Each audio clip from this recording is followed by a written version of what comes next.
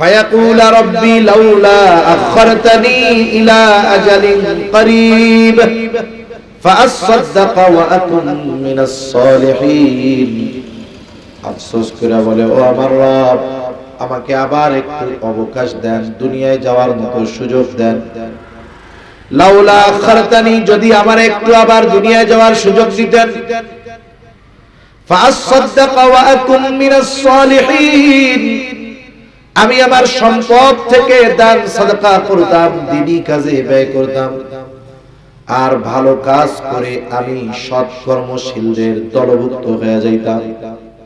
বলেন তো, দুনিয়ার হায়াতটা চায়ের দোকানে বসে অহেতুক কর্মকাণ্ডে লিপ্ত হয়ে যারা দুনিয়ার এই মূল্যবান সম্পদ হায়াতটাকে শেষ করে দিল, মরার পরে যদি আল্লাহ তাআলার কাছে একটা মুহূর্তের জন্য সুযোগ চায়, সময় চায়, হায়াত চায়, যতই আবেগ নিয়ে দরদ নিয়ে বলুক না কেন, বলেন তো তাকে পুনরায় একটা মুহূর্তের জন্য দুনিয়ায় ফেরত আসতে দেওয়া হবে নাকি? আল্লাহ তাআলা বলেন, যেই মানুষগুলো অবকাশ পাওয়ার পরেও, সুযোগ পাওয়ার পরেও নামাজি হলো না, ভালো কাজ করলো না, সময়কে কাজে লাগালো না, আমার কাছে কিয়ামতে জবাবদিহিতা করতে হবে এই ব্যাপারে যথাযথ প্রস্তুতি গ্রহণ তারা করলো না, এই কারণে এরা তো জাহান্নামী। শুইনা নাও, ফামা তানফাউহুম শাফাআতুশ শাফিঈন, এই মানুষগুলোর ব্যাপারে কোন সুপারিশকারীর সুপারিশ গ্রহণ করা হবে না। ونشهد أن لا إله إلا الله وحده لا شريك له ونشهد أن سيدنا وسندنا وحبيبنا وطبيبنا وأولانا ومولانا محمد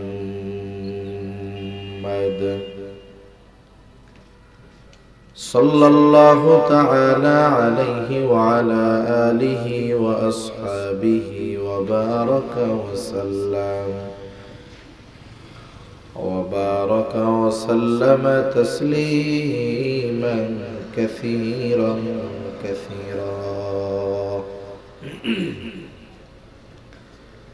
أما بعد، فأعوذ بالله من الشيطان الرجيم.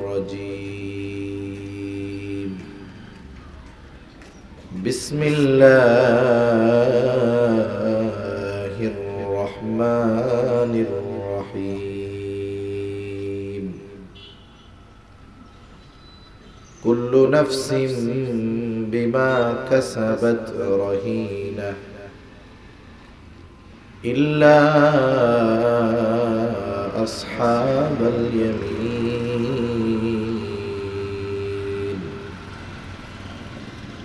في جنات يتساءلون عن المجرمين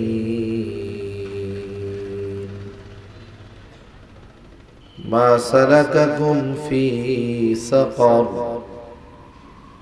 قالوا لم نك من المصلين ولم نك نطعم المسكين وكنا نخوض مع الخائضين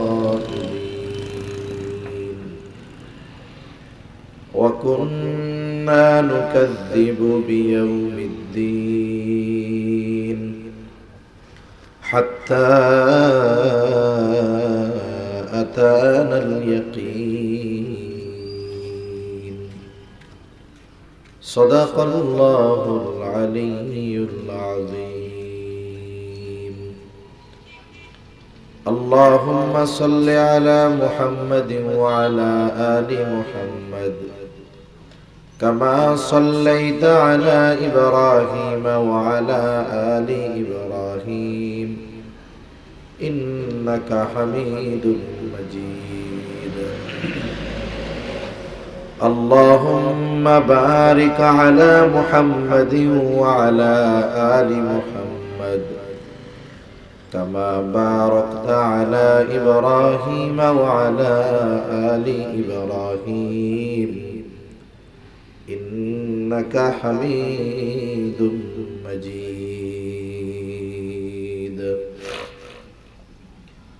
بلغ العلا بكماله كشف الدجى بجماله حسنت جميع خصاله صلوا عليه وآله আল্লাহর মহব্বতে একটু জবান খুলে জিকির করি লা ইলাহা ইল্লাল্লাহ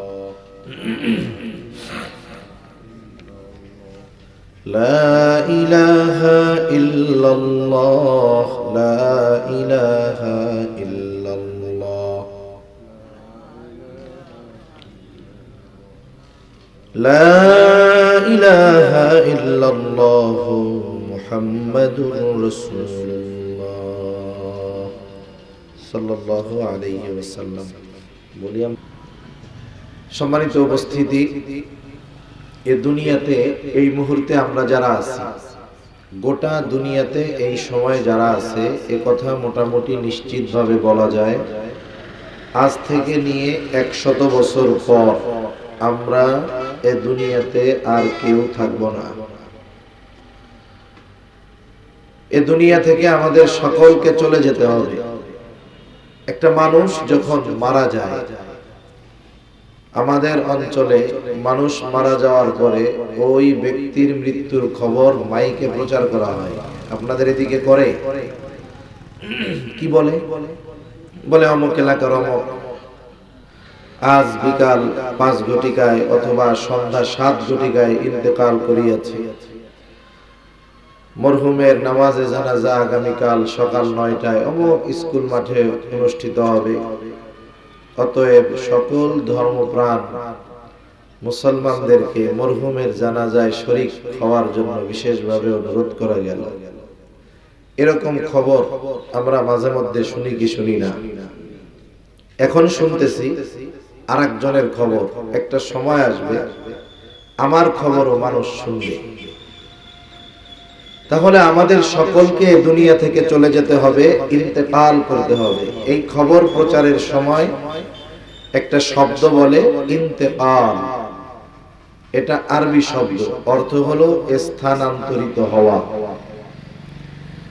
স্থানান্তরিত হওয়া মানে মাঝে মধ্যে যেহেতু আপনারা থানা শহরে একটা প্রপার লেভেলে মাঝে মধ্যে বিভিন্ন অফিস, বিভিন্ন শোরুম, বিভিন্ন দোকান স্থানান্তর হয় কি হয় না? মনে করেন এক মার্কেটে একটা অফিস ছিল, ওইটা স্থানান্তর হয়ে আরেক বিল্ডিং এ চলে গেছে।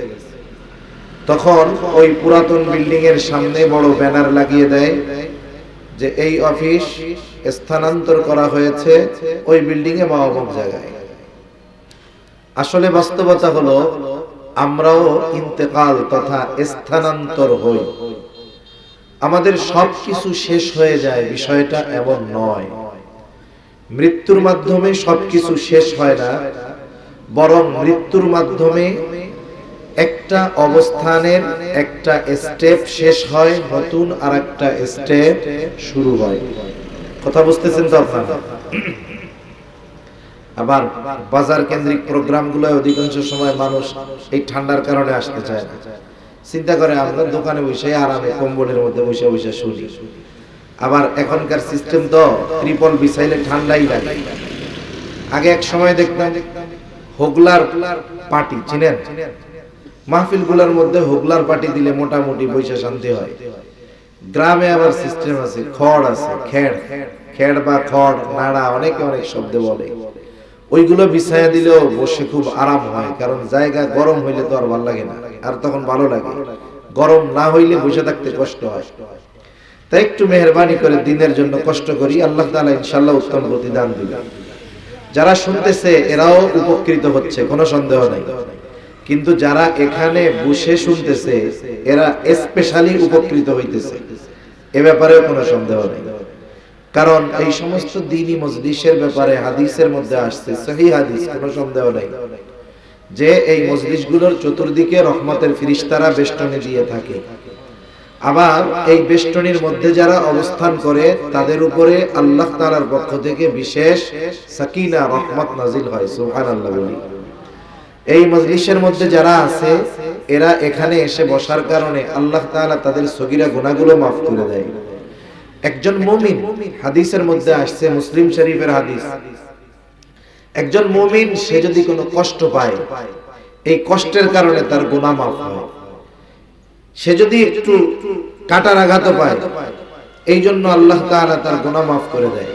চলতে গেছে, একটু ধাক্কা খেয়ে পড়তে গেছে, এই যে কষ্ট হয়েছে, এর কারণেও তার গুনাহ মাফ হয়। দেখেন এমনিই চলতেছে, বাজারে যাচ্ছে মুমিন, পড়ে যাইতে গেছে, এই যে ধাক্কাটা লাগলো, ব্যথা পাইলো, এর কারণে সে যদি নেক পাইতে পারে, গুনাহ মাফ হতে পারে।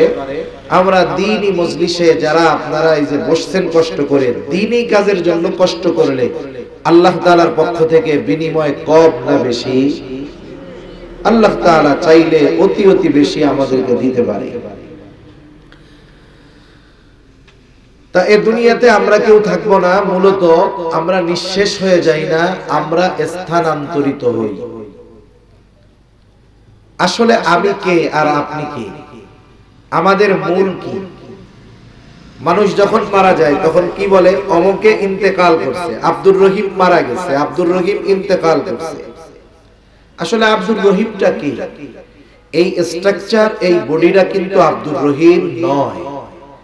কারণ যখন মূল আব্দুর রহিমের সত্তা আমার আপনার থেকে বের হয়ে যায়, রূহটা যখন বের হয়ে যায়, তখন এই বডিটার নাম আরবিতে বলে লাশ, মানে লা শাইউন ফি, যার মধ্যে কিছুই নাই। মনে করেন এখানে অনেকে আসছেন, মাহফিল শুনতেছেন, অনেকে হয়তো কর্মজীবী ব্যবসায়ী, সারাদিন ব্যস্ততার পরে মাহফিল শুনতেছে। বাসায় হয়তো তার স্ত্রী অথবা তার কন্যা অথবা তার বোন চিন্তা করছে যে আমার স্বামী অথবা আমার ভাই অথবা আমার আব্বু মাহফিল শুনে এসে যেন তাকে আর বসে থাকতে না হয়, আগের থেকে তার বিছানাটা রেডি করে রাখে। সুন্দর মতো বিছানা ঝেড়ে মুছে পরিষ্কার করে সুন্দর দামি কম্বল টম্বল দিয়ে রেডি করে রাখছে, যাতে আপনি গিয়েই শুয়ে পড়তে পারেন। আপনার জন্য সব প্রস্তুত। আল্লাহ না করুন ওই লোকটা এখান থেকে আর বাসায় যাইতে পারলো না, এখানে এসে মারা গেল, কি বলেন? ওই মা, ওই কন্যা, ওই স্বামী বলবে নাকি যে যেহেতু ওর জন্যই তো বিছানা বানাইছিলাম, লাশ তাতে কি, এই রাতটা বিছানার উপরে কম্বল গায়ে দিয়ে শোয়া রাখে।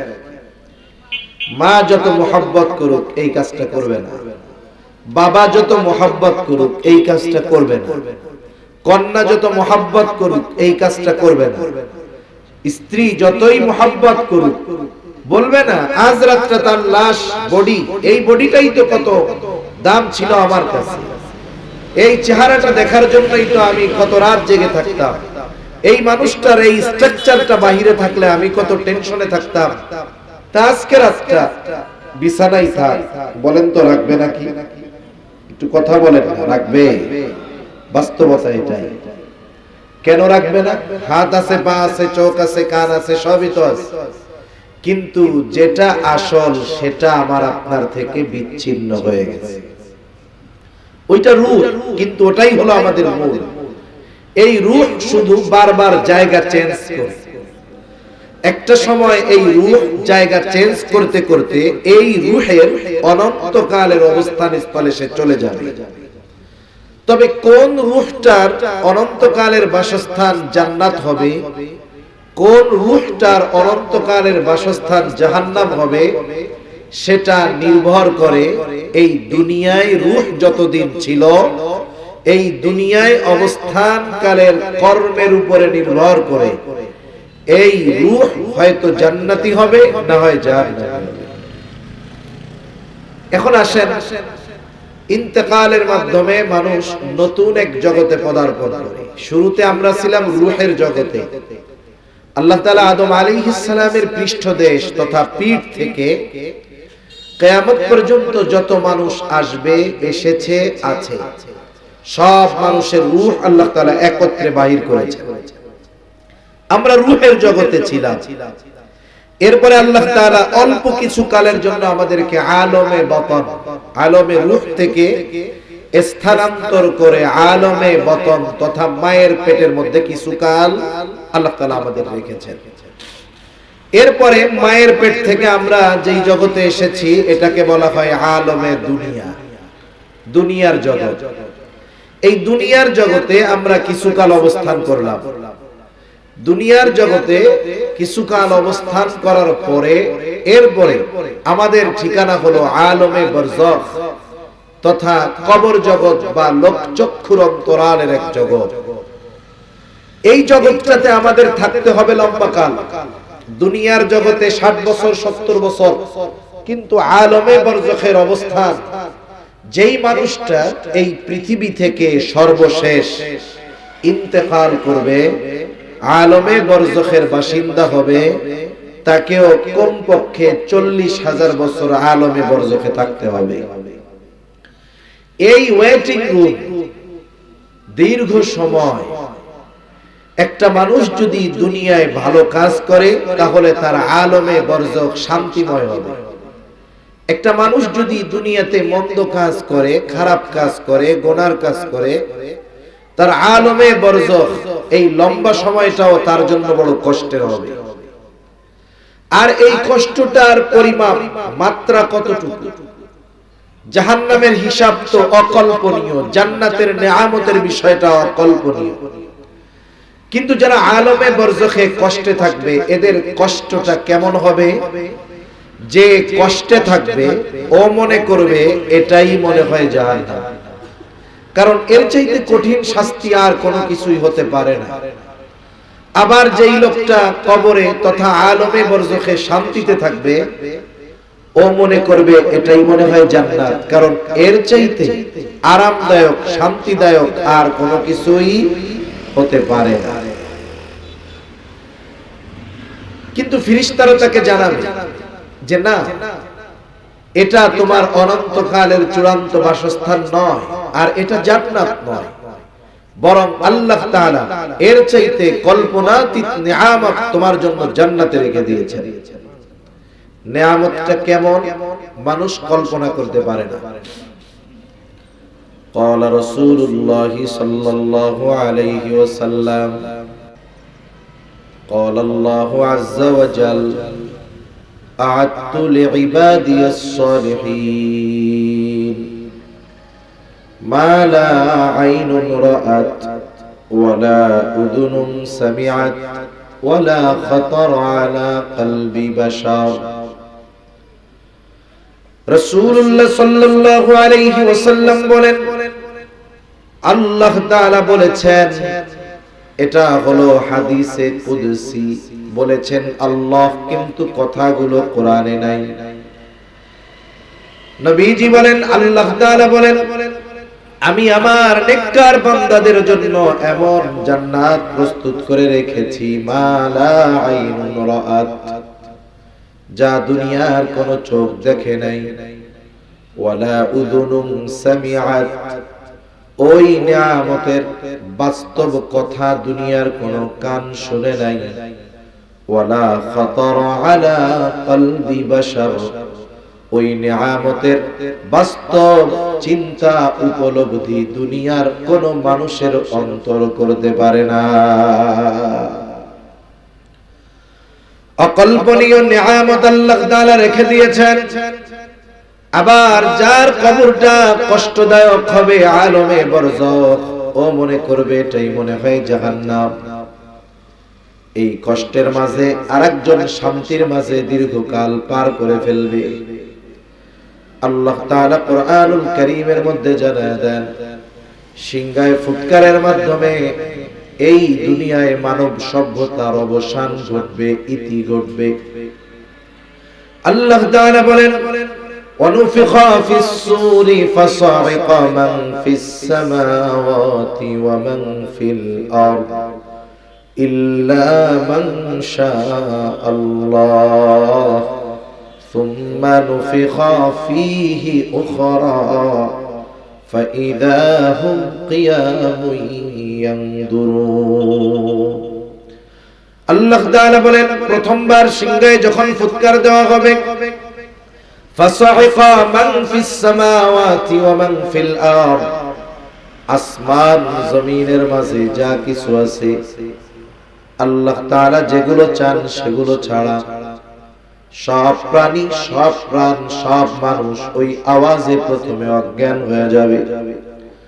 মুফাসসিরিন কেরাম বলেন প্রথমে অজ্ঞান হবে, এরপরে তাদের ইন্তেকাল হবে তথা তারাও মৃত্যুবরণ করবে। এর মাধ্যমে সর্বশেষ মানুষটাও আলমে বরজখের বাসিন্দা হয়ে যাবে। গোটা দুনিয়াতে আর একটা মানুষ অবশিষ্ট থাকবে না। এক সিংহায় ফুৎকারের মাধ্যমে মানব সভ্যতার, মানব জাতির অবসান হলো। দ্বিতীয় আরেকটা সিংহায় ফুৎকারের মাধ্যমে আবার আমাদেরকে পুনরুজ্জীবিত করা হবে। তবে এই দুই সিংহায় ফুৎকারের মাঝে ব্যবধান কত বছরের? হাদিসের মধ্যে আসছে আবু হুরায়রা রাদিয়াল্লাহু তাআলা আনহু থেকে বর্ণিত, তিনি বলেন দুই সিংহায় ফুৎকারের ব্যবধান, প্রথমবার সিংহায় ফুৎকারের 40 পর দ্বিতীয়বার সিংহায় ফুৎকার দেওয়া হবে। নবীজি বলছেন, জিজ্ঞাসা করা হলো ইয়া রাসূলুল্লাহ 40 দিন পর? নবীজি বললেন না, 40 সপ্তাহ পর না, 40 মাস পর না, 40 বছর পর না। এই ধারাবাহিকতায় সর্বশেষ প্রশ্নটা হতে পারত 40,000 বছর নাকি। এই দৃষ্টিকোণ থেকে মুফাসসিরিনে কেরাম বলেন দুই সিংহায় ফুৎকারের মাঝে ব্যবধান হবে কমপক্ষে 40,000 বছর। এই আলোকে যেই লোকটা সবচাইতে কম সময় আলমে বরজখে থাকবে তার আলমে বরজখে অবস্থানের মেয়াদ কাল হবে কমপক্ষে 40,000 বছর। তাহলে আলমে বরজখে আমাদের অবস্থান হবে দীর্ঘকাল, তবে অনন্তকাল নয়। দ্বিতীয়বার সিংহায় ফুৎকারের মাধ্যমে মানুষ আবার পুনরায় পুনরুজ্জীবিত হবে। আল্লাহ তাআলা বলেন সুম্মা নুফিখা ফীহি উখরা ফাইযা হুম কিয়ামুন ইয়ানদুরুন। আল্লাহ তাআলা বলেন অতঃপর যখন আবার সিংহায় ফুৎকার দেওয়া হবে প্রত্যেকের অবস্থান স্থল থেকে উঠে দাঁড়িয়ে যাবে। ফাইযা হুম কিয়ামুন ইয়ানদুরুন, শুধু দাঁড়িয়ে যাবে তা নয়, ডানে বামে তাকায় দেখতে থাকবে কি হচ্ছে এগুলা। সূরা জিলজালের মধ্যে আল্লাহ তাআলা বলেন ইযা যুলজিলাতিল আরদু জিলজালাহা ওয়া আখরাজাতিল আরদু আথকালাহা ওয়া ক্বালাল ইনসানু মা লাহা। যখন পৃথিবী প্রচন্ড বেগে প্রকম্পিত হবে তখন কি হবে? ওয়া আখরাজাতিল আরদু আথকালাহা, জমিনের মধ্যে যত ভারী জিনিস ছিল সে সবগুলোকে উগরিয়ে দিবে, বের করে দিবে। ভারী জিনিসগুলো কি হতে পারে?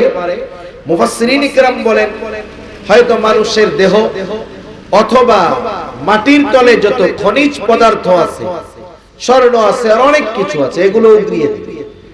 এগুলো দুনিয়ার সম্পদ, এগুলোর জন্যই দুনিয়ার মানুষ সব কিছু করে। আর যখন দেখবে এইগুলা ওইভাবে জমিন উগরিয়ে দিচ্ছে, মানুষেরা বলা বলি করবে হায় রে এগুলো কি হচ্ছে, এগুলো কি হচ্ছে।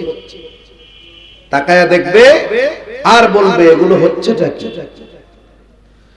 ফাইদা হুম কিয়ামুন ইয়ানজুরুন, দাঁড়ায় যাবে এবং দেখতে থাকবে কি হচ্ছে এগুলো। আল্লাহ তাআলা কোরআনুল কারীমের আরেক জায়গায় বলেন ওয়ানুফিখা ফিস সূরি ফাইদা হুম মিনাল আজদাসি ইলা রাব্বিহিম ইয়ানসিলুন। এখানে দ্বিতীয়বার সিংহায় ফুৎকার উদ্দেশ্য। দ্বিতীয়বার সিংহায় ফুৎকার দেওয়ার পরে কি হবে? ফাইদা হুম মিনাল আজদাসি ইলা রাব্বিহিম ইয়ানসিলুন, প্রত্যেকে তার অবস্থান স্থল থেকে উঠে যাবে। ইলা রাব্বিহিম ইয়ানসিলুন, সকলে তাদের রবের দিকে ছুটতে থাকবে, দৌড়াইতে থাকবে।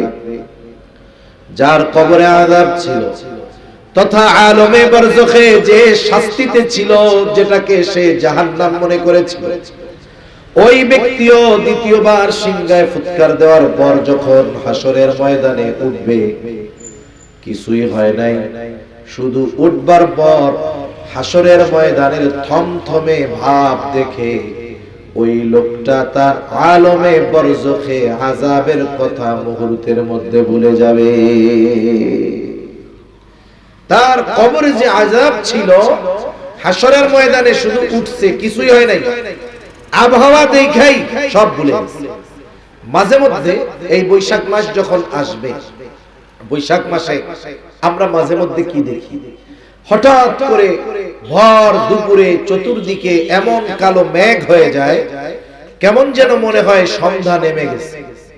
এই ধরনের দৃশ্য, একটা থমথমে ভাব, গোটা দুনিয়া কেমন যেন নিস্তব্ধ নীরব, অটোমেটিকলি কিছুই হয় নাই, হইছে শুধু এইটা আবহাওয়ার একটু পরিবর্তন। কিন্তু ওই দৃশ্যটা যখন আমরা দেখি, একেবারে গগনে অন্ধ নিমেষ কালো অন্ধকার মেঘ যখন দেখি, তখন অন্তরের মধ্যে স্বাভাবিক নিজের অজান্তে অজানা এক আশঙ্কা, ভয়, ভীতি অন্তরের মধ্যে জাগ্রত হয় কি হয় না? কিয়ামতের ময়দানের ওই অবস্থা, কিছুই হয় নাই, শুধু ভাব দেখেই তাদের অবস্থা খারাপ। তারা কি বলবে? যাদের কবরে আযাব ছিল তারা বলবে, ক্বালু ইয়া ওয়াইলানা মান বাআসানা মিন মারকাদিনা হাযা মা ওয়া'আদার রাহমানু ওয়া সাদাকাল মুরসালুন। ওই মানুষেরা বলবে, কে আমাদেরকে আমাদের অবস্থান স্থল থেকে উঠায় দিল, কে আমাদেরকে জাগায় দিল? ওই আবহাওয়া দেখা কবরের আযাব ভুলে যাবে, মনে করবে কবরে মনে হয় তারা ঘুমিয়েছিল, আরামে ছিল।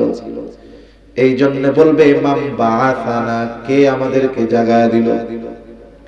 মুমিনরা অথবা ফেরেশতারা তাদের এই কথার জবাবে বলবে, হাযা মা ওয়াদার রহমান, এটা হলো রহমানের সেই প্রতিশ্রুত দিবস, যেই দিবসের ওয়াদা তিনি দিয়েছিলেন। শুধু তাই না, ওয়াসাদাকাল মুরসালুন, প্রত্যেকটা নবী রাসূল ওই দিবসের সত্যায়ন করেছিলেন। প্রত্যেকটা নবী রাসূল তার উম্মতের কাছে ওই দিবসের কথা বলেছিলেন। এটাই হলো সেই দিবস। এই দিবসের নাম হলো ইয়াউমুল কিয়ামাহ। এটাই হলো সেই দিবস যেই দিবসের এক নাম হলো ইয়াউমুল জাযা। এটাই হলো সেই দিবস যেই দিবসের এক নাম হলো ইয়াউমুল হাসর। ওই দিবসের অন্য কোন দুনিয়ার কোন রাজার রাজত্ব চলবে না, কোন প্রেসিডেন্টের প্রেসিডেন্টগিরি চলবে না, ওখানে কোন দুনিয়ার সুপার পাওয়ার থাকবে না। বলেন তো, ওই দিবসের একচ্ছত্র আধিপত্য যার হবে তিনি কে? একথা আমরা প্রতিনিয়ত প্রতি রাকাত নামাজের মধ্যে শুনি, বলি। এটা কি বলে? মালিক ইয়াউমিদ্দিন, বিচার দিবসের মালিক, বিচার দিবসের মালিক। কেন ওই দিবসের নাম ইয়াউমুল হাসর? কারণ ওই দিবসে পৃথিবীর শুরু থেকে নিয়ে শেষ পর্যন্ত সকল মানুষকে একত্রিত করা হবে। কেন ওই দিবসের নাম ইয়াউমুল জাযা, প্রতিদান দিবস? কারণ ওই দিন প্রত্যেকটা মানুষকে তার দুনিয়ার কর্মের পূর্ণ প্রতিদান আল্লাহ তাআলা দিবে। সকল চিন্তা, ভয়, ভীতি মানুষের মধ্যে এতটা কাজ করবে যে মানুষ যখন উঠবে, বিবস্ত্র অবস্থায় উঠবে, কিন্তু টেনশনে একজন আরেকজনের দিকে তাকাবে না। রাসূলুল্লাহ সাল্লাল্লাহু আলাইহি ওয়াসাল্লাম বলেন, কিয়ামতের দিন সকলে বিবস্ত্র অবস্থায় উঠবে, বস্ত্রহীন অবস্থায় উঠবে। আয়েশা সিদ্দিকা রাদিয়াল্লাহু তাআলা আনহা বলেন, ইয়া রাসূলুল্লাহ, তাকাবে না, একজন আরেকজনের দিকে কি তাকাবে না? নবীজি বলেন, আয়েশা, মানুষ এতটা ভীত চিন্তিত থাকবে যে একজন আরেকজনের দিকে তাকানোর বিষয়টা কল্পনাও করবে না। ওটা সেই দিবস যেই দিবসে আমার আপনার কর্মের পূর্ণ প্রতিদান দিবেন কে? আল্লাহ। একটা জিনিস আমাদেরকে মনে রাখতে হবে, দুনিয়াতে একটা মানুষ যত খারাপ কাজ করুক না কেন, ওই খারাপ কাজের কিছু শাস্তি হয়তো সে দুনিয়ায় পায়, কিন্তু তার ওই মন্দ কাজের পূর্ণ প্রতিদান সে দুনিয়াতে পায় না। তাকে তার মন্দ কাজের তাকে তার পাপের পূর্ণ প্রতিদান দেওয়া হবে কিয়ামতের দিন।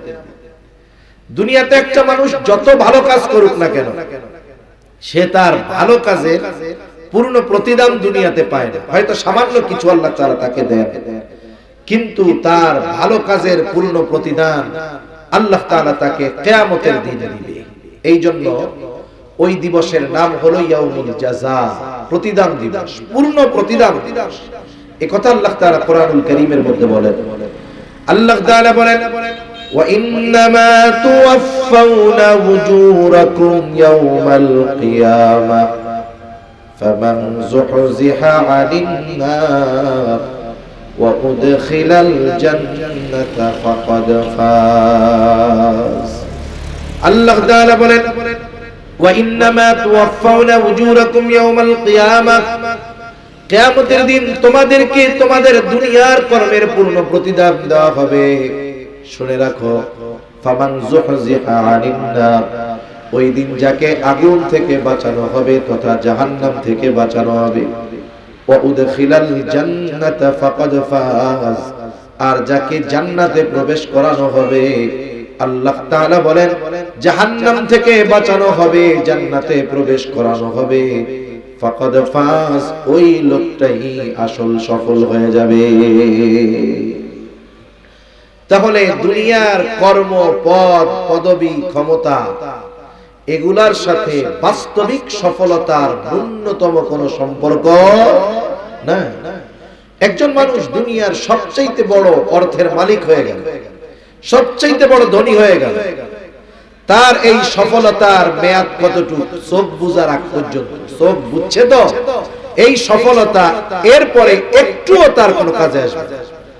এ দুনিয়ার পুরা দুনিয়ার বাদশাহী পেয়ে গেল, একটা দেশের না, গোটা ওয়ার্ল্ডের পাওয়ার তার হাতে চলে আসছে, ক্ষমতা চলে আসছে। এই লোকটা এই ক্ষমতা কতটুকু সফল? চোখ বন্ধ হবে তো সব শেষ, ঠিক কিনা বলেন?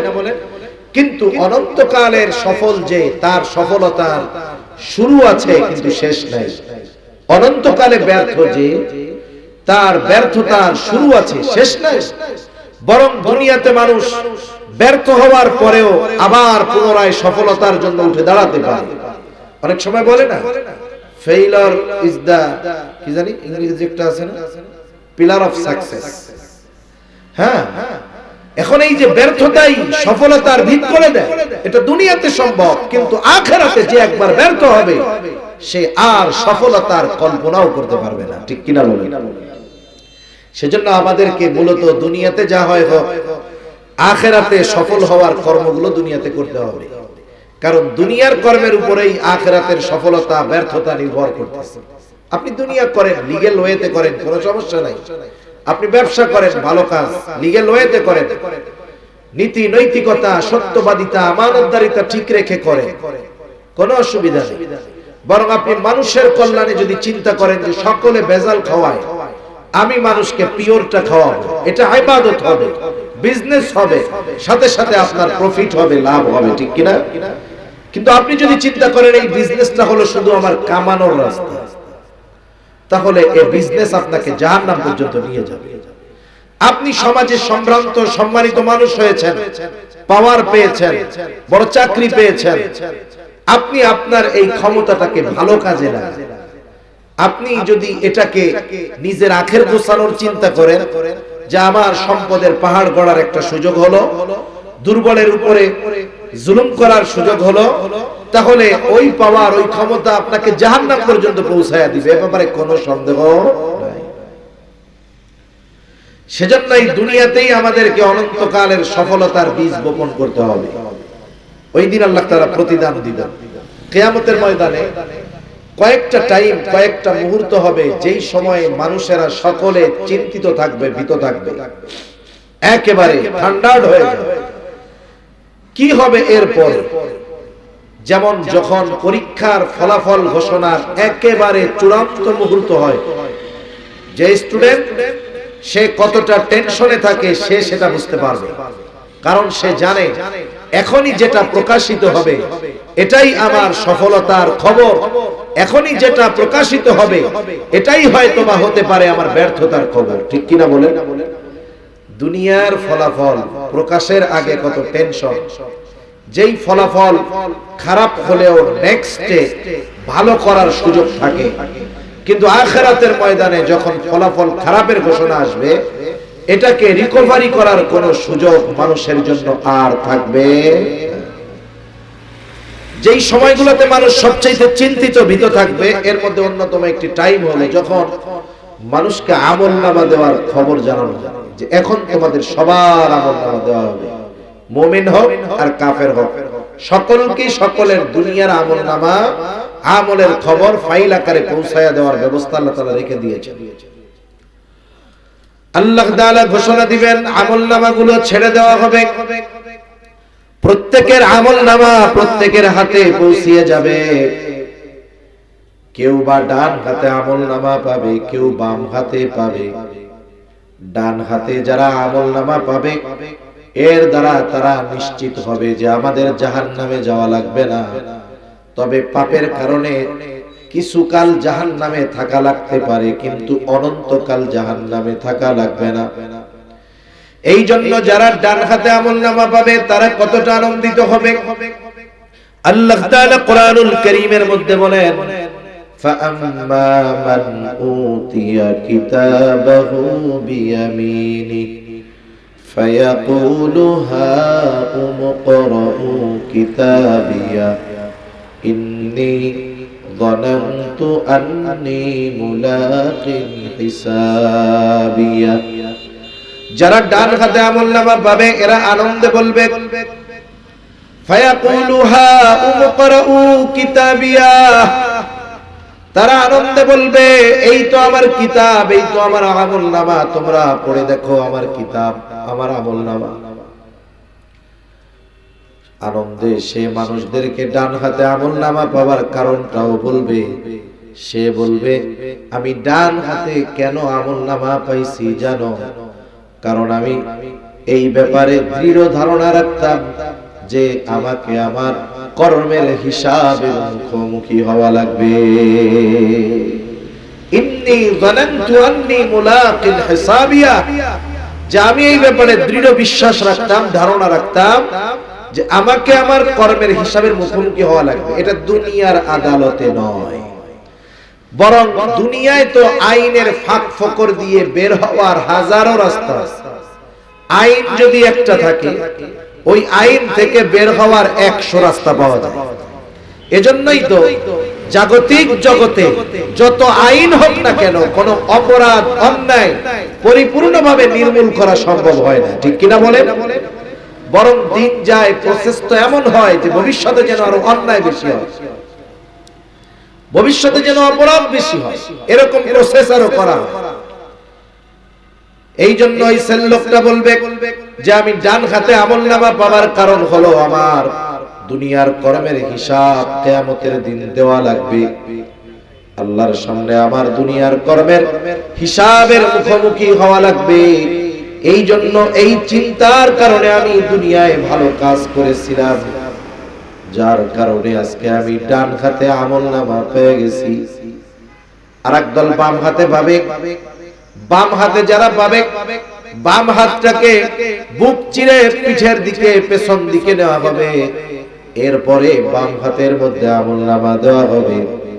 এরা বাম হাতে আমলনামা পায়া বলতে থাকবে, ওয়া আম্মা মান উতিয়া কিতাবাহু বিশিমালি ফায়াকুলু ইয়া লাইতানি লাম উতা কিতাবিয়া ওয়া লাম আদরি মা হিসাবিয়া ইয়া লাইতাহা কানাতিল কাদিয়া মা আগনা আন্নি মালিয়া।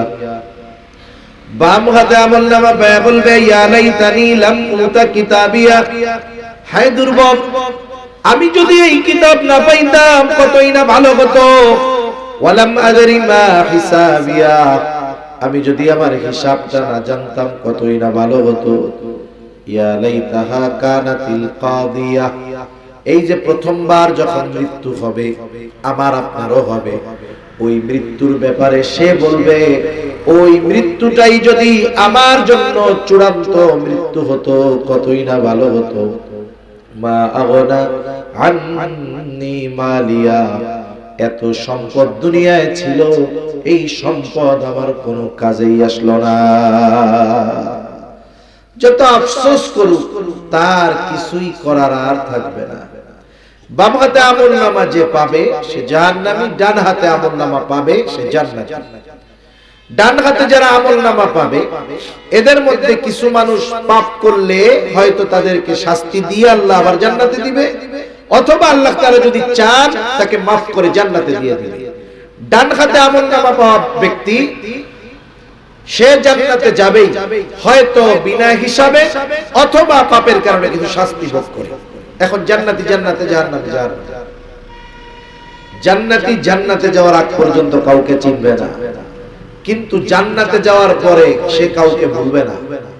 দুনিয়ায় তার যার সাথে একবার দেখা হয়েছে, জান্নাতি জান্নাতে গিয়ে ওই ব্যক্তিটাকেও খুঁজতে থাকবে। অথচ হাসরের ময়দানের অবস্থা এরকম, যেখানে মা তার সন্তানকে পরিচয় দিবে না, চিনতে চাইবে না, বাবা তার ছেলেকে চিনবে না, স্বামী স্ত্রীকে, স্ত্রী স্বামীকে চিনবে না, এমন এক অবস্থা। কিন্তু জান্নাতে গিয়ে কেউ কাউকে ভুলবে না। আল্লাহ রাব্বুল আলামিন কিয়ামতের ময়দানের সেই চিত্র আমাদের সামনে তুলে ধরেন। আল্লাহ তাআলা বলেন, ইয়াউমা ইয়াফিরুল মারউ মিন আখিহি ওয়া উম্মিহি ওয়া আবিহি ওয়া সাহিবাতিহি ওয়া বানিহি লিকুল্লি ইমরিইন মিনহুম ইয়াউমাইযিন শা'নুন ইউগনি।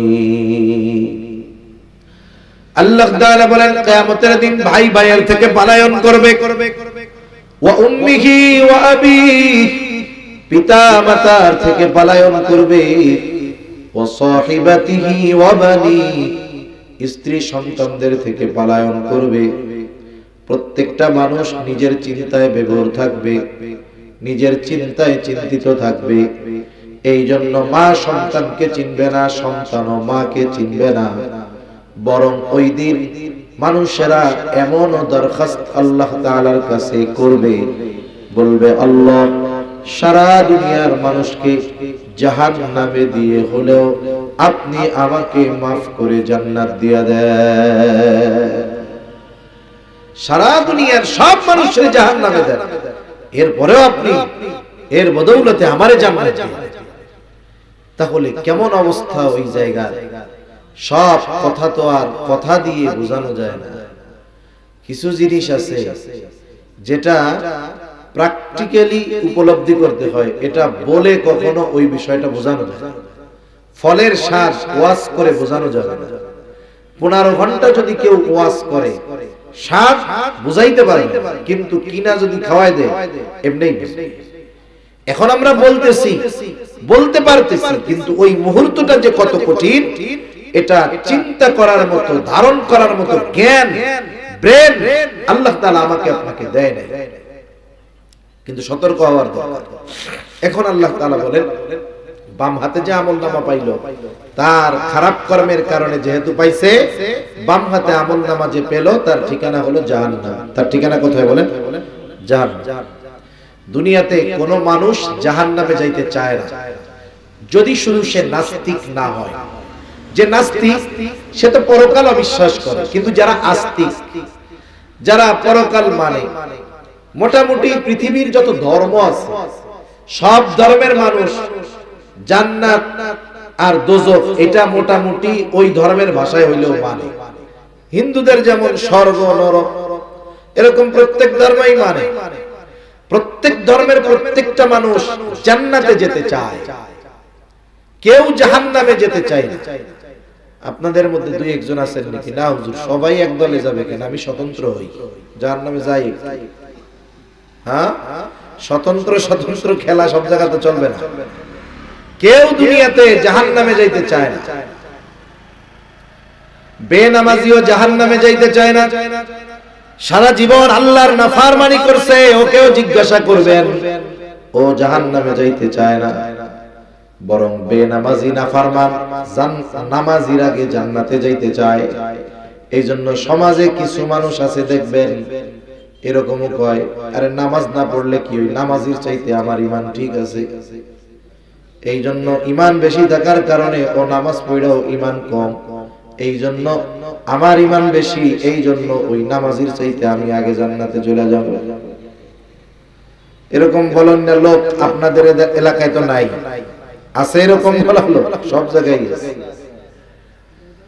এখন আল্লাহ তাআলা জানায় দিলেন, কুল্লু নাফসিন বিমা কাসাবাত রাহিনা ইল্লা আসহাবাল ইয়ামিন। আল্লাহ তাআলা বলেন প্রত্যেকটা মানুষ তার কর্মের কারণে আবদ্ধ থাকবে।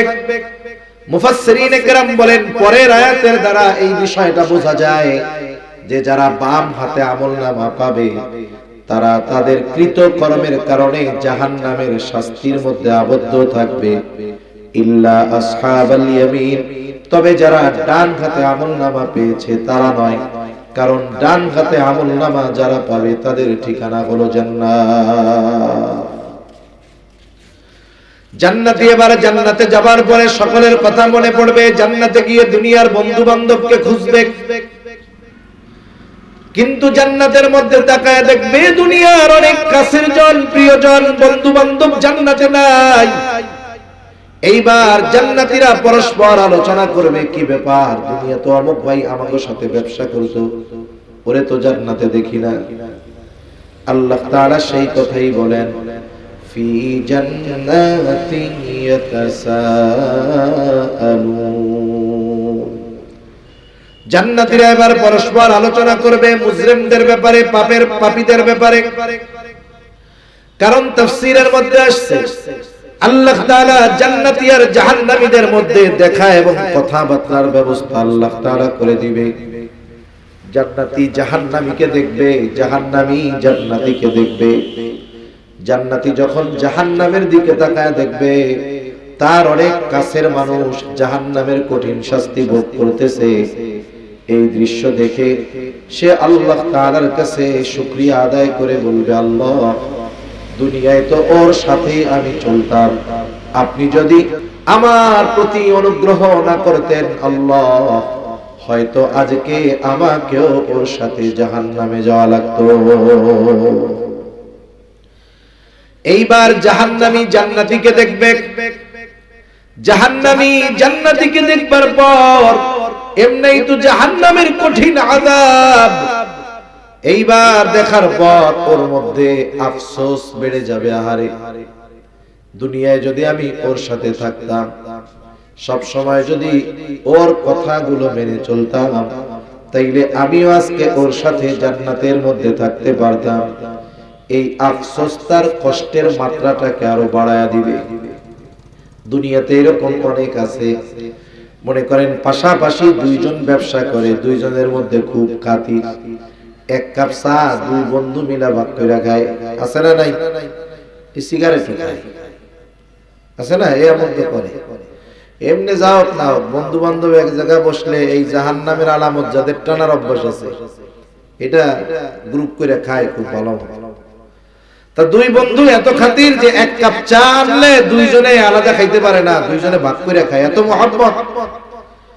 কিন্তু দুইজনের মধ্যে এক জায়গায় পার্থক্য, একজন নামাজের সময় হইলে নামাজে যায়, আরেকজন যায় না। বন্ধু যখন ডাকে যে চলো বন্ধু নামাজ পড়ে আসি, কয় না আমার প্যান্ট পাক নাই, আছে না নাই? নামাজ যারা না পড়তে চায়, বুঝছেন, এদের অনেকগুলো বাহানার মধ্যে একটা বাহানা হলো কি, আমার পোশাক পাক নাই। বেটা মুসলমানের পোলাপানের পেশাব এই পোশাক পাক না থাকে কেমন, আমি তো এটা বুঝি না। তার মানে এটা প্রস্রাব করে পানি নাই, প্রস্রাব করে পানি না নিলে, পরিষ্কার না করলে কি ক্ষতি হয় ডাক্তারদের কাছে জিজ্ঞাসা করবেন, বইলা দিবে কি কি রোগ হয়। এই যে বন্ধু নামাজের জন্য ডাকলো, ও গেল না, যতই খাতির থাক দুনিয়ায়, ওই নামাজি জান্নাতে যাবে, বেনামাজি জাহান্নামে যাবে, কোনো সন্দেহ আছে?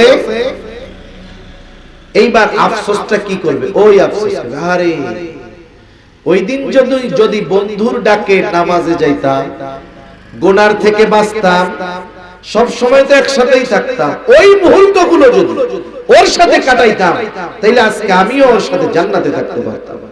এই যে আফসোস, এটা তার কষ্টটাকে আরো বাড়ায়। এখন বলতে পারেন এটা আবার কেমনে বাড়ে? আফসোসে কষ্ট কেমনে বাড়ে? একটা উদাহরণ দিলে বুঝতে সহজ। মনে করেন আপনি এক জায়গায় গেছেন, কক্সবাজারে গেছেন।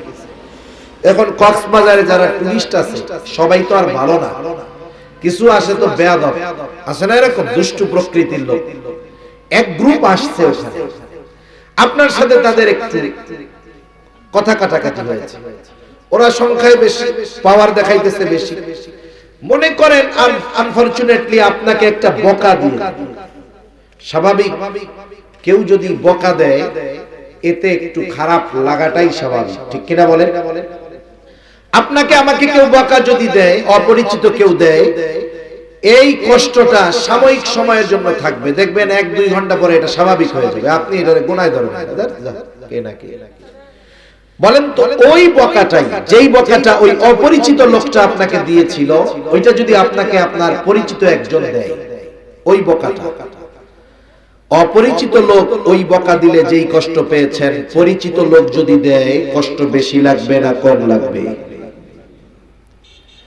এভাবে করে স্টেপ বাই স্টেপ যাওয়ার পরে ওই বকাটা যদি আপনার সন্তান আপনাকে দেয়, বলেন তো এই বকাটা বিষাক্ত তীর হয়ে কলিজায় আঘাত করবে, ঠিক কিনা বলেন? শব্দ এক, কিন্তু শুধুমাত্র জবানের পরিবর্তনের কারণে কষ্টের কতটা পরিবর্তন হয়। এই জন্য মানুষের আফসোস অনেক সময় তাকে পীড়া দেয়, কষ্ট দেয়। এই কষ্টের কারণে অশান্তি আসে। ওই জাহান্নামীও ওই যে আফসোস করবে, গেছিলাম না কেন, যদি যাইতাম এই কষ্ট পাইতাম। এই আফসোস তার কষ্টের অনুভবকে আরো বাড়ায়। দুজনের মধ্যে দেখা হয়ে গেল, এবার কথোপকথনের ব্যবস্থা করে দিবেন আল্লাহ। আল্লাহ রাব্বুল আলামিন বলেন, জান্নাতীরা পরস্পরকে জিজ্ঞাসা করবে, মুসলিমদের কাছে জানতে চাইবে, ফি জান্নাতি ইয়াতাসাআলুনা আনিল মুজরিমিন। জান্নাতীরা পরস্পর মুসলিমদেরকে জিজ্ঞাসা করবে তথা জাহান্নামীদেরকে জিজ্ঞাসা করবে, মা সালাকাকুম ফি সাকার, কোন কারণে তোমরা সাকারের অধিবাসী হইলা তথা জাহান্নামী হইলা, কেন তোমরা জাহান্নামে গেলা? এইবার জাহান্নামীরা তাদের জাহান্নামে যাওয়ার কারণগুলো কি কি বলবে। এই কয়েকটা কারণ আপনাদের খেদমতে বলে আমি আলোচনা শেষ করে দিব। তবে একটা বিষয় অনুরোধ থাকবে আপনাদের কাছে, ওই জাহান্নামে যাওয়ার কারণগুলো যদি এইখানের কারো মধ্যে থাকে, অবশ্যই অবশ্যই ওই কারণটাকে বের করে ফেলবো ইনশাআল্লাহ। নাকি রাইখা দিব? রাখবেন? আপনি ডাক্তারের কাছে গেছেন, ডাক্তার টেস্ট কইরা বলল যে আপনার শরীরের মধ্যে এই জায়গায় যে কোনো একটা টিউমার হইছে, এটা কিন্তু যদি বড় হয় পরে এটার থেকে কিন্তু ক্যান্সার হইতে পারে, এখন কিন্তু ছোট আছে। আপনি কি বলবেন ডাক্তার থাক যা হয় হবে, এটা বলবেন? নাকি টাকা খরচ কইরা অপারেশন করে টিউমারটা বের করে ফেলবেন? কি করবেন? বের করে ফেলবেন। আপনাকে যখন ডাক্তার জানাইলো যে এইটা আছে, ক্ষতিটা এই হতে পারে, তখন আপনি ক্ষতির চিন্তা করে ওই জিনিসটা আর দেহের মধ্যে রাখবেন না, বরং কেটে ফেলবেন।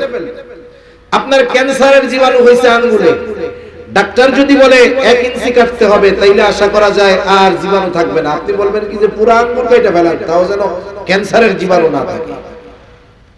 অথচ আফসোস, আমরা ওয়াজ মাহফিলে শুনি উলামায়ে কেরাম বলেন, মসজিদের মধ্যে ইমাম সাহেব, খতিব সাহেব আমাদেরকে দিক নির্দেশনা দেন যে আপনি এটা করেন জান্নাতে যেতে পারবেন, এটা করেন আপনি জাহান্নাম থেকে বাঁচতে পারবেন।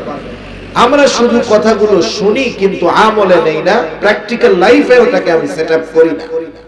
এটা কিন্তু ঠিক না। আপনিও হয়তো তাহলে পস্তাবেন ওই দিন, যেই দিন করার কিছু থাকবে না। এই কথাগুলোর মূল্যায়ন তখন হবে যখন আপনি বাস্তব অবস্থায় পতিত হবেন, কিন্তু তখন বুঝবেন কথাগুলোর মূল্য, কিন্তু তখন করার কিছু থাকবে না। এজন্য ওই সময়টা আসার আগে আমাদেরকে প্রত্যেককে নিজেকে নিজে শুধরে নিতে হবে ইনশাআল্লাহ।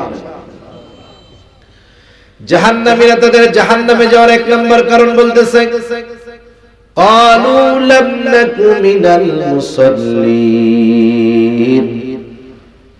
তারা বলবে আমরা জাহান্নামে আসার অন্যতম প্রধান এক নম্বর কারণ আমরা মুসল্লি ছিলাম না। মুসল্লিকে সপ্তাহে একদিন জুমার দিন মসজিদে যে হাজিরা দেয় সে কিন্তু মুসল্লি নয়, বরং মুসল্লি হলো সে শত ব্যস্ততার মধ্যেও যার নামাজ বাদ যায় না।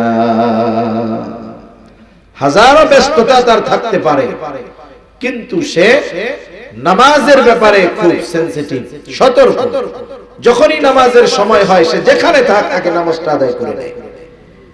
অনাকাঙ্ক্ষিত অনিচ্ছায় সেটা ভিন্ন কথা, কিন্তু সুযোগ আছে এরপরে সে নামাজ পড়ে না, এটা কখনোই হয় না। এখন এই নামাজ হলো ঈমানের পরে সবচেয়ে বড় ইবাদত। আপনি নামাজ বাদ দিয়ে জান্নাতে যাওয়ার আশা যদি কেউ করে তাহলে এটা বড় ভুল। এই জন্য যারা বলে নামাজ না পড়লে আমার ঈমান ঠিক আছে আমি জান্নাতে যাব, এই কথাটা ঠিক নয়, বরং এই কথা তার জাহান্নামে যাওয়ার কারণ হতে পারে। রাসূলুল্লাহ সাল্লাল্লাহু আলাইহি ওয়াসাল্লাম বলেন, নামাজ এত গুরুত্বপূর্ণ ইবাদত, কিয়ামতের দিন সর্বপ্রথম আল্লাহ নামাজের হিসাব নেবে। নবীজি বলেন, আউয়ালু মা ইউহাসাবু বিহিল আবদু ইয়াউমাল কিয়ামাতিস সালাত। কিয়ামতের দিন সর্বপ্রথম নামাজের হিসাব নেওয়া হবে।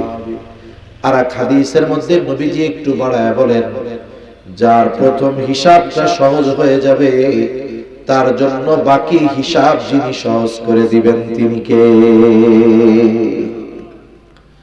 সেজন্য কিয়ামতে যদি অন্যান্য হিসাব থেকে সহজে বাঁচতে হয় তাহলে নামাজটাকে ঠিক করার দরকার আছে না নাই?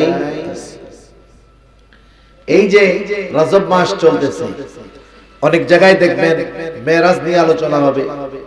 মেরাজের মূল শিক্ষা, মূল হাদিয়া ছিল এই নামাজ। আল্লাহ সুবহানাহু ওয়া তাআলা বান্দার সাথে তার সংযোগ স্থাপনের এই হাদিয়া নামাজ, এটা নবীজি যখন মেরাজে গেছেন উম্মতের জন্য হাদিয়া দিয়েছেন। সেজন্য নামাজ হলো ঈমানের পরে সর্বশ্রেষ্ঠ ইবাদত। প্রত্যেক মুসলমান দোকানদার যদি দোকানটা বন্ধ করে নামাজে যায়, আমার মনে হয় আপনাদের মসজিদে জায়গা সংকুলন হবে না। হবে বলে? হবে না। এটা বড় একটা বাজার, শত শত সিএনজি থাকে, ইজি বাইক থাকে, অটো থাকে, বাস থাকে, তার স্টাফেরা থাকে, অন্যান্য অনেক মানুষ থাকে। একটা দোকানে একজন থাকে তা নয়, অনেক দোকানে একাধিক ব্যক্তি থাকে, 5, 6, 7 জন থাকে। এই যে মানুষগুলো তাদের কর্মব্যস্ততার কারণে নামাজ পড়ার সুযোগ পায় না। জিজ্ঞাসা করবেন কেন পড়ো না, বলবে ব্যস্ততার কারণে পড়তে পারতেছি না। সিএনজি ওয়ালা নামাজ পড়ে না, কেন পড়ে না? বলে প্যাসেঞ্জার টানতে টানতেই তো টাইম শেষ, নামাজ পড়তে পারি না। এই যে মানুষ যে কর্ম করে, সেটা চাকরি হোক, ব্যবসা হোক, অন্যান্য যে কোনো কাজ হতে পারে, তাহলে মানুষ এই কাজগুলো কেন বলেন তো? শখে করে, মানে এটা তার একটা হবি, শখ, শখে করে, পয়সার জন্য। কিসের জন্য? আরবিতে যদি বলি রিজিকের জন্য, কয় না যে রুটি রুজি অর্জন করতেছি। এই রুজি তো আরবি শব্দটারে আমরা আর কি বলি ওইভাবে, রুজির জন্য করে, রিজিকের জন্য সে পরিশ্রম করে। এখন আপনারা তো আশা করি এখানে যারা আছেন সকলে মুসলমান। আমার কথাটা যদি জবান ঠিক থাকে একটু উচ্চারণ করে জবাব দিবেন, উঁচু আওয়াজ বলেন তো, যেই রিজিকের জন্য একজন মানুষ রিজিক উপার্জন করতে গিয়ে নামাজ পড়ার টাইম পায় না, ওই রিজিকের মালিক কে? আরেকটু জোরে বলেন কে? আল্লাহ। মনে রাখবেন, রিজিকের মালিক তার বলে দেওয়া পদ্ধতি বাদ দিয়ে বাস্তবিক অর্থে রিজিক পাওয়া যায়। রিজিক দুই ধরনের হয়, একটা হলো দৃশ্যমান আর একটা হলো বরকতময়। এজন্য দেখবেন অনেকে মাসে 1 লক্ষ টাকা উপার্জন করে, সংসারে 3 জন, এই টাকা দিয়ে তার হয় না, বরং মাস শেষে টানাটানি লেগে যায়।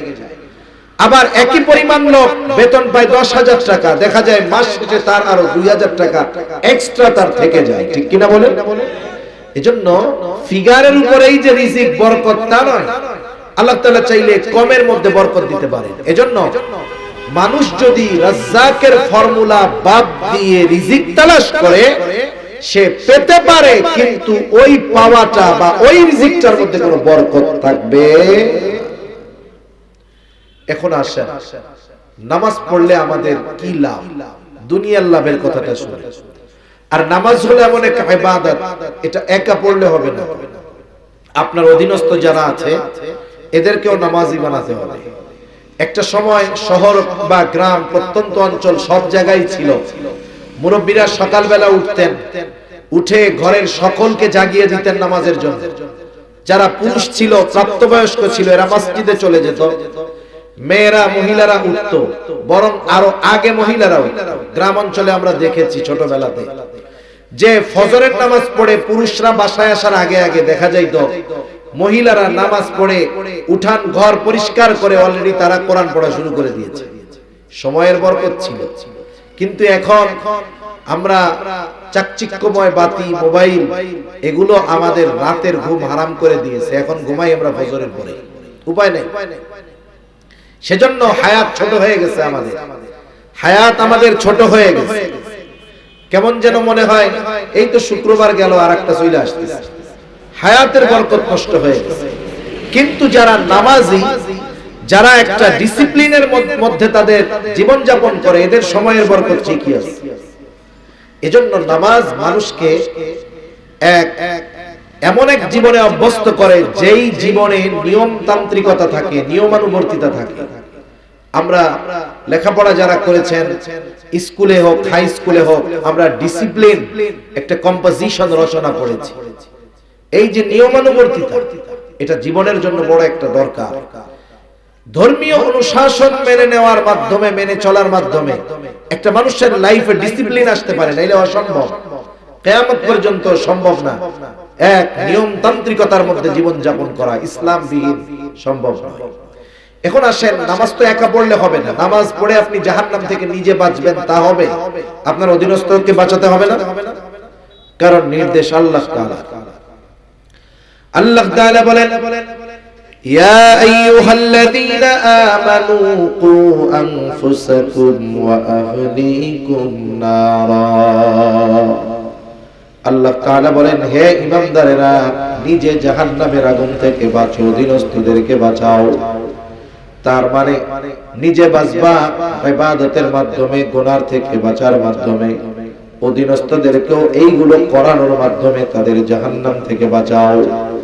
তাহলে নামাজ একা পড়লে হবে না, ঘরের মানুষদেরকে নিয়ে পড়তে হবে।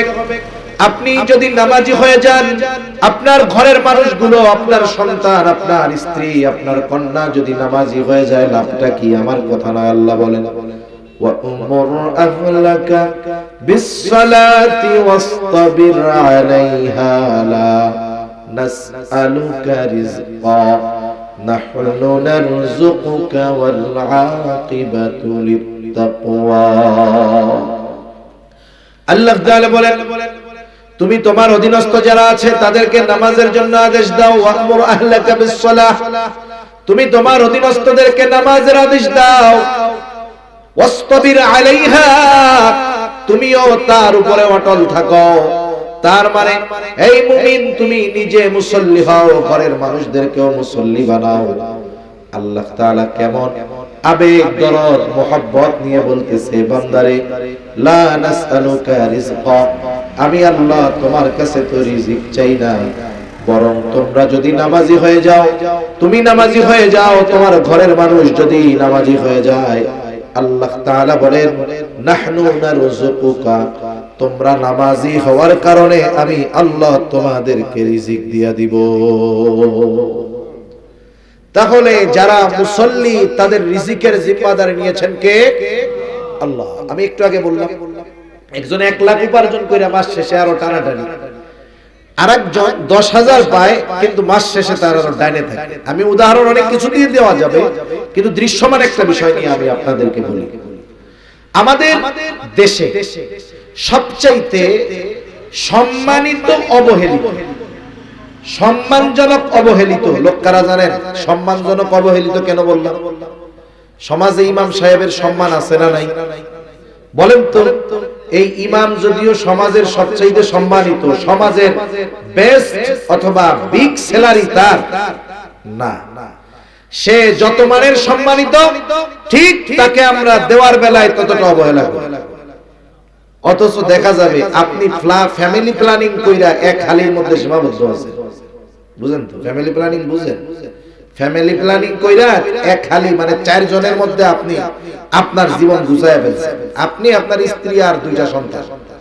কিন্তু ইমাম সাহেবরা তো এটা করে, কারণ ওরা বিশ্বাস করে দেয় আল্লাহ যা হবে দেখা যাবে। ওনারা সব মিলাই হাফ ডজন, 4 বাচ্চা কাচ্চা, ওনারা 2 জন। আপনি মাস শেষে 50,000 টাকা পান, আপনার চলে না। ইমাম সাহেবের বেতন কত? 10,000 টাকা। এখন এই লোকের চলে কেন? আল্লাহই জানে চলে কেন। কিন্তু চলার কারণ যদি কোরআন সুন্নাহর আলোকে বিশ্লেষণ করা হয় তাহলে দেখা যাবে দুনিয়ায় কোন ইমামের ঘরে এমন বউ নাই যেই বউ, ইমামের বউ, ইমামের ওয়াইফ নামাজ পড়ে না, বেনামাজ। এরকম একটা ইমামের ওয়াইফ আপনি দেখাতে পারবেন? ঠিক কিনা বলেন?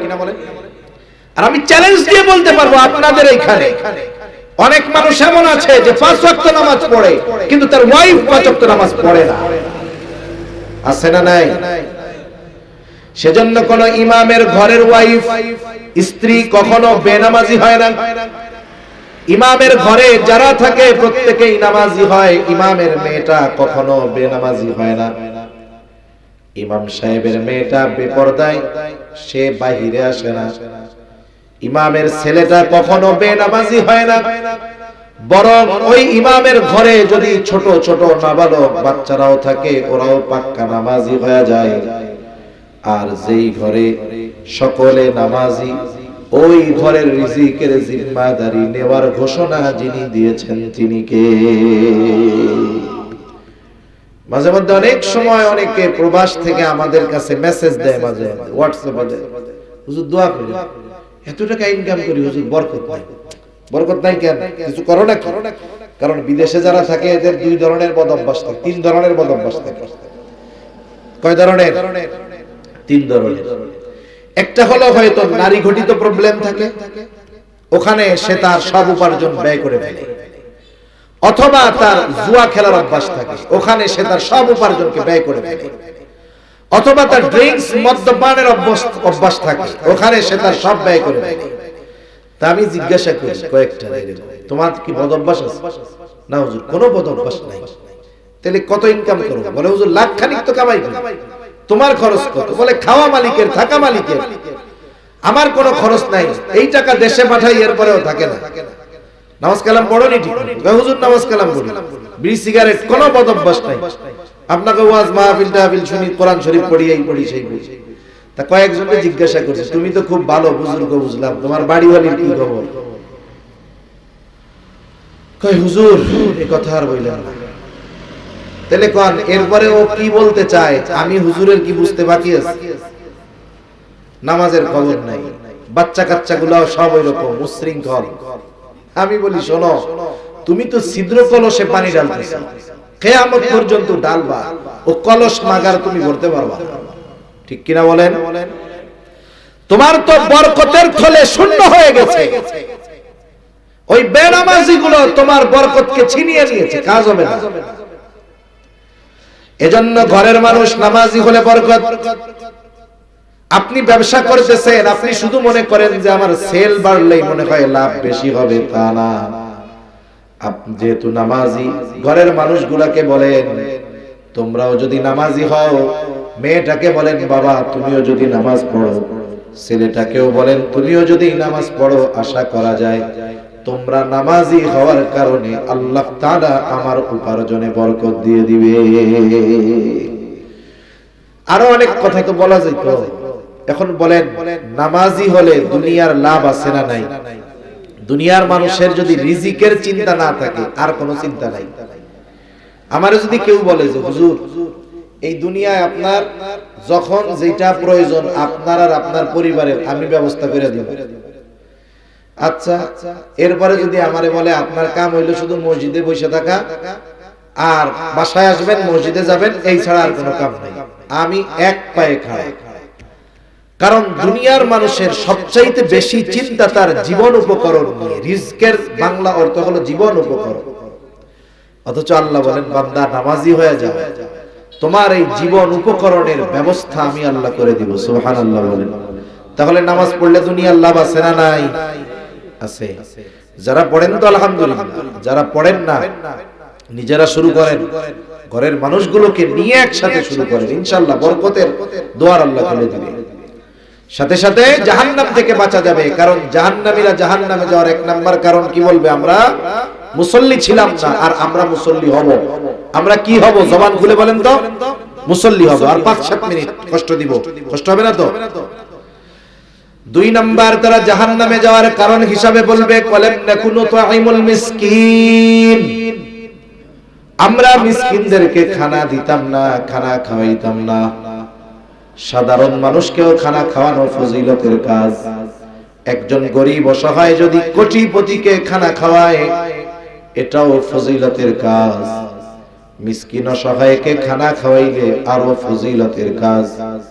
আত্মীয় স্বজনকে দাওয়াত দিয়ে খানা খাওয়াইলে ফজিলতের কাজ। আবার দেখেন কিছু কিছু ক্ষেত্রে আছে খানা খাওয়ানোটা শুধু ফজিলতের কাজ তা নয়, ঈমান সম্পৃক্ত বিষয়। কারো প্রতিবেশী যদি অভাবী হয়, অভুক্ত হয়, নবীজি বলেন লাইসাল মুমিন আল্লাযী ইয়াশবাউ, ওই ব্যক্তি মুমিন নয় যে নিজে পেট পুরে খায় আর তার পাশে তার প্রতিবেশী অভুক্ত থাকে। নবীজি বলেন ওই লোকটা মুমিন নয়। এজন্য প্রতিবেশীর দিকে আমরা একটু নজর দিব। এই যে রোজার মাস আসতেছে সামনে, আজকে তো 16 তারিখ রজবের, আর হয়তো 1.5 মাস, 40, 45, 43, 44 দিন আছে। আর এই যে রোজার মাস যখন আসবে, যাদের অ্যাবিলিটি আছে এরা তো অন্য চিন্তায়। কত মানুষ সামনে 10 আইটেমের ইফতার থাকার পরেও মনে হবে আরেকটা থাকলে খুব ভালো হইতো। 15 প্রকারের ফল আছে, আনারসটা নাই, কয় আরে আনারসটা থাকলেও ভালো হইতো। আপনি তো 15 আইটেমের পরে আরেক আইটেমের জন্য আফসোস করতেছেন, অথচ দেখা যাবে আপনার প্রতিবেশী সে পান্তা ভাত আর লবণ নিয়ে বসে আছে, আজান দিলে ইফতার করবে। ঠিক কিনা বলেন? এজন্য এই মানুষগুলোর দিকে আমাদের খেয়াল রাখতে হবে। অনেক মানুষ আছে পরিশ্রমের কাজ করে, আবার রোজাও রাখে। রোজার মাস আসলে টেনশনে পড়ে যায়, কারণ সে যে পেশায় নিয়োজিত এটা তার এতটা দৈহিক কষ্ট হয় যে তার জন্য রোজা রাখা কষ্টকর। এরকম যদি থাকে, আপনি ওই রোজাদারকে বলেন যে আপনারা স্বামী স্ত্রী 2 জন টেনশন নিয়ে, আল্লাহ আমারে দিছে এই গোটা রোজার মাস আপনারা 2 জন আমার মেহমান, খাওয়া মেহমান হিসাবে খাওয়াবেন, তাইলে মেহমানদারির সওয়াব। সাথে সাথে খাওয়াইছেন রোজাদার, রোজাদারকে খাওয়ানোর সওয়াব। সে যদি প্রতিবেশী হয়, প্রতিবেশী হওয়ার কারণে এক সওয়াব। আবার যদি দরিদ্র হয় তাহলে দরিদ্র হওয়ার কারণে আরেক সওয়াব। ঠিক কিনা বলে? চিন্তা করছেন এগুলো? সেজন্য মানুষকে খানা খাওয়ানোর অভ্যস্ত হওয়ার দরকার, বাট সেটা বিনিময়ের আশায় না। ওই যে আমাদের দেশে বিভিন্ন সময় বিভিন্ন অনুষ্ঠান করে, বিয়ের অনুষ্ঠান, আত্মীয় স্বজন দাওয়াত দিয়া দুমসে খাওয়াইয়া টেবিলে একটা পাইতা বসে থাকে, ক্যাশ কাউন্টার দিয়ে রাখে। এটা কোন সভ্য সমাজের সভ্য কাজ না, এগুলো ইউরোপ আমেরিকানদের কালচার। দাওয়াত দিয়া দিলাম তাহলে টাকা নিব কেন? সেজন্য দাওয়াত যাদেরকে দিব আগের থেকে বলে দিব, আপনি দাওয়াত তো নিলেন, আমার পক্ষ থেকে শর্ত হইল নো গিফট গ্রান্টেড, কোন এর বিনিময়ে কোনো কিছু গ্রহণ করা হবে না। কারণ সাহাবায়ে কেরাম মানুষদেরকে খানা খাওয়াইছেন কার জন্য বলেন? তারা কি বলতো খানা খাওয়ায় জানেন? তারা বলতো ইন্নামা নুতঈমুকুম লিওয়াজহিল্লাহি লা নুরিদু মিনকুম জাযাআন ওয়ালা শুকুরা। তারা বলে আমরা তোমাদেরকে খানা খাওয়াইছি আল্লাহর জন্য, যেহেতু আল্লাহর সন্তুষ্টির জন্য খাওয়াইছি, লা নুরিদু মিনকুম জাযাআন ওয়ালা শুকুরা, যেহেতু আল্লাহর সন্তুষ্টির জন্য খাওয়াইছি সুতরাং তোমাদের কাছ থেকে কোনো বিনিময় চাই না। অনেক সময় আমরা মানুষের কাছে আশা করি তার একটা উপকার করলাম, কমপক্ষে আমারে ধন্যবাদ তো দিবে। সাহাবায়ে কেরাম বলতো ওয়ালা শুকুরা, তোমরা আমাদের এই খানা খাওয়ানোর কৃতজ্ঞতা প্রকাশ করো, এটাও আমরা চাই না। কারণ খানা খাওয়াইছি আল্লাহর জন্য, এই খানা খাওয়ানোর বিনিময় যিনি আমাদেরকে দিবেন তিনি কে? এই জন্য মিসকিন অসহায়দেরকে খানা খাওয়াবো। জাহান্নামীরা তাদের জাহান্নামে যাওয়ার 3 নাম্বার কারণ বলবে ওয়া কুননা নাখুযু মা'আল খাইদিন, অনর্থক মজলিসে কথাবার্তায় যারা লিপ্ত থাকতো আমরাও তাদের সাথে গিয়ে বসতাম, মিলতাম, থাকতাম। আফসোসের ব্যাপার, আমাদের দেশের অধিকাংশ চায়ের দোকানগুলো হলো অনর্থক মজলিসের মূল আখড়া, ঠিক কিনা কর? কোনো কাম কাজ নাই, চার দোকানে বৈশা চা চুমুক দিবে আর সিগারেট টানবে আর এর দুর্নাম কইয়া বেড়াবে। মজলিস জমেই না যতক্ষণ না গীবত করা হয়। অপরের দোষ ত্রুটি বর্ণনা ছাড়া আমাদের মজলিসগুলা গরম হয় না, সমালোচনা ছাড়া মজলিস গরম হয় না। অথচ গীবত হলো একজনের মধ্যে যদি কোনো দোষ থাকে তার অনুপস্থিতিতে শুধুমাত্র মজা নেওয়ার জন্য, আলোচনার জন্য ওই দোষ ত্রুটি যদি আলোচনা করা হয় ওটা গীবত। কিন্তু যদি এমনটা হয় আলোচনা আপনারা করতেছেন 5 জন, ওই ব্যক্তির অনুপস্থিতিতে বলতেছেন কি ও তো এই কাজগুলা করে, ওরা সংশোধন করার দরকার, সংশোধনের নিয়তে আলোচনা করছেন ভিন্ন কথা, কিন্তু আমরা আলোচনা করি মজা নেওয়ার জন্য, এটা গীবত। এই গীবতের ব্যাপারে আল্লাহ তাআলা বলেন ওয়ালা ইয়াগতাব বা'দুকুম বা'দা আইয়ুহিব্বু আহাদুকুম আন ইয়াকুলা লাহমা আখিহি মাইতান ফাকারিহতুমু। আল্লাহ তাআলা বলেন তোমরা পরস্পরের গীবত কইরো না, দোষ চর্চা কইরো না। দোষ যদি তার মধ্যে থাকে, ওই দোষের আলোচনা যদি তার অনুপস্থিতিতে করা হয় ওটা হলো গীবত। একজন যদি থামায় দেয়, কয় ভাই এগুলা কইস না, কয় ধর বেটা ওর মধ্যে আছে বলেই তো মিথ্যা কথা কইতাছ, এরকম বলে না মনে হয় না? এই এলো কি করলো দেখেন, গুনাহও করতেছে আবার অহংকারও করতেছে, এটারে বৈধ মনে করতেছে। গীবত করা কবিরা গুনাহ, এটাকে যদি বৈধ মনে করে তাহলে তো ঈমানই থাকবে না। সেই জন্য আল্লাহ বলেন ওয়ালা ইয়াগতাব বা'দুকুম বা'দা, তোমরা পরস্পরের দোষ চর্চা কইরো না। আইয়ুহিব্বু আহাদুকুম আন ইয়াকুলা লাহমা আখিহি মাইতা, তোমরা কি তোমাদের মৃত ভাইয়ের গোশত খাওয়াকে পছন্দ করো নাকি? আল্লাহ বলেন ফাকারিহতুমু, অথচ ওইটা তোমরা অপছন্দ করো। তাহলে এই গীবত করার মাধ্যমে কেমন যেন তোমরা তোমাদের মৃত ভাইয়ের গোশত খাও। যদি দোষ থাকে গীবত, না থাকলে অপবাদ। এজন্য এই ধরনের মজলিসগুলা থেকে আমরা বেঁচে থাকি। দুনিয়ার অনেক মানুষের এই চায়ের দোকানের বা এই অহেতুক আড্ডাগুলো জাহান্নামে যাওয়ার কারণ। এই যে সময়গুলো চায়ের দোকানে বসে বসে কাটায়া দিচ্ছে, এই সময়ের মূল্য বুঝবে চোখ বন্ধ হইলে, কিন্তু করার কিছু থাকবে না তখন। দুনিয়ায় যারা হায়াতকে কাজে না লাগাবে ওই মানুষগুলো মরার পরে আফসোস করে। তাদের আফসোসের খবর আমরা শুনি না, কিন্তু শুনে কে? যে শুনছে সেই বলতেছে। মরার পরে যারা সময় কাজে লাগায় না, নামাজ কালাম পড়ে নাই, ভালো কাজ করে নাই, সম্পদ ছিল দান সাদকা করে নাই, ওরা আফসোস করে। আফসোস করে কি বলে? আল্লাহর কাছে বলে ফায়াকুল রাব্বি লাউলা আখরতানি ইলা আজালিন করিব ফাআসাদদাক ওয়া আকুন মিনাস সালিহিন। আফসোস করে বলে ও আমার রব, আমাকে আবার একটু অবকাশ দেন, দুনিয়ায় যাওয়ার মতো সুযোগ দেন।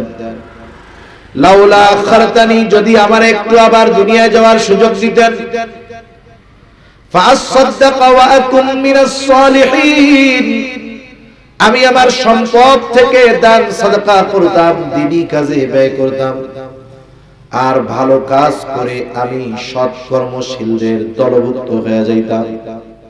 বলেন তো, দুনিয়ার হায়াতটা চায়ের দোকানে বসে অহেতুক কর্মকাণ্ডে লিপ্ত হয়ে যারা দুনিয়ার এই মূল্যবান সম্পদ হায়াতটাকে শেষ করে দিল, মরার পরে যদি আল্লাহ তাআলার কাছে একটা মুহূর্তের জন্য সুযোগ চায়, সময় চায়, হায়াত চায়, যতই আবেগ নিয়ে দরদ নিয়ে বলুক না কেন, বলেন তো তাকে পুনরায় একটা মুহূর্তের জন্য দুনিয়ায় ফেরত আসতে দেওয়া হবে নাকি? এজন্য ওয়াজ শুধু আলোচনা শুধু শুনতে হয় তা না, এগুলো নিয়ে ভাবতে হয় যে আমি কি আমার এই হায়াতকে যথাযথভাবে কাজে লাগাচ্ছি কিনা। এগুলো বাসায় গিয়ে মাথার সাথে বালিশের সাথে মাথা লাগা একটু ভাববেন যে আমি যদি আজকে মারা যাই তাহলে আমি কি আল্লাহর সামনে আমার বিগত হায়াতের জবাব দিতে পারবো কিনা। আপনি যদি মনে করেন যে না পারবো, কোনো অসুবিধা নেই, তাহলে তো আপনি আল্লাহর ওলি। আর যদি চিন্তা করে দেখেন যে না আমার অবস্থা তো এরকম নাই, তাইলে আপনি কামব্যাক করেন, আপনি ডাইভার্ট করেন, আপনি টার্ন নেন, লাইফ ঘুরান, নাইলে জীবন শেষ। ওই আফসোস করার আগে যেই সম্পদ আমার আপনার কাছে আছে এই সম্পদের মূল্যায়ন করতে হবে। 4 নাম্বার তারা বলবে ওয়া কুননা নুকাদ্দিবু বিয়াউমিদ্দিন, আমরা কিয়ামতের দিবসকে অস্বীকার করতাম। এভাবেই চলছে দুনিয়া। এক সময় হায়াত ফুরায় গেল, হাত্তা আতানাল ইয়াকিন, দৃঢ় সত্যের আগমন ঘটলো, অর্থাৎ মৃত্যু চলে আসলো। দুনিয়ার জীবন শেষ হলো, আমরা তওবা করতে পারলাম না, ঈমান আনতে পারলাম না। দৃঢ় সত্যের আগমন ঘটলো, মৃত্যুবরণ করলাম। আর আল্লাহ তাআলা বলেন যেই মানুষগুলো অবকাশ পাওয়ার পরেও, সুযোগ পাওয়ার পরেও নামাজি হলো না, ভালো কাজ করলো না, সময়কে কাজে লাগালো না, আমার কাছে কিয়ামতে জবাবদিহিতা করতে হবে এই ব্যাপারে যথাযথ প্রস্তুতি গ্রহণ তারা করলো না। এই কারণে এরা তো জাহান্নামী, শুইনা নাও ফামা তানফাউহুম শাফাআতুশ শাফিঈন, এই মানুষগুলোর ব্যাপারে কোনো সুপারিশকারীর সুপারিশ গ্রহণ করা হবে না। আমাকে আপনাকে যেন এই দলের দলভুক্ত না হতে হয়, এজন্য আমার যত ব্যস্ততা থাক আমি 5 ওয়াক্ত নামাজ পড়বো তো ইনশাআল্লাহ। সাথে সাথে ঘরের মানুষদেরকে নামাজি বানাবো, লাভ হবে। যারা প্র্যাকটিসিং মুসলমান, 5 ওয়াক্ত নামাজ যারা পড়ে, যাদের ঘরের মানুষ নামাজি, আপনি তাদের সাথে এগুলো শেয়ার করবেন, দেখবেন তার প্র্যাকটিক্যাল বাস্তব জীবনে সে কতটা সুখী, সে কতটা ডিপ্রেশন মুক্ত, আপনি তার সাথে আলোচনা করলে বুঝতে পারবেন। এজন্য বেনামাজি আর নামাজির অবস্থা একরকম নয়। সেজন্য আমরা নামাজি হব, নিজে নামাজি হব, ঘরের মানুষদেরকে এই ব্যাপারে সর্বোচ্চ গুরুত্ব দিব। 2 নাম্বার, প্রতিদিন কিছু না কিছু সাদাকা করার চেষ্টা করব। অসহায় দরিদ্র মানুষ অনেক সময় আমার আপনার কাছে চায়। অনেক সময় এমন হয় যে আপনাদের বা প্রত্যেক এলাকায় কিছু মারখামারা ওই ফকির মানে চাওয়ার লোক থাকে, ও ওই টাকা দিয়ে কিন্তু খাবার খায় না, ওইটা দিয়ে বিড়ি খাবে। আছে না এরকম লোক? আপনি তারে 5 টাকা না দিয়ে 5 টাকা দিয়ে একটা রুটি কিনে দেন, ও রুটিটা দিয়ে তো আর বিড়ি খেতে পারবে না, কমপক্ষে রুটিটা তো খাইলো। সেজন্য প্রতিদিন কিছু না কিছু সাদাকা করবেন, সেটা টাকা হতে পারে, সেটা কিছু খাবার হতে পারে, অন্য কিছু হতে পারে।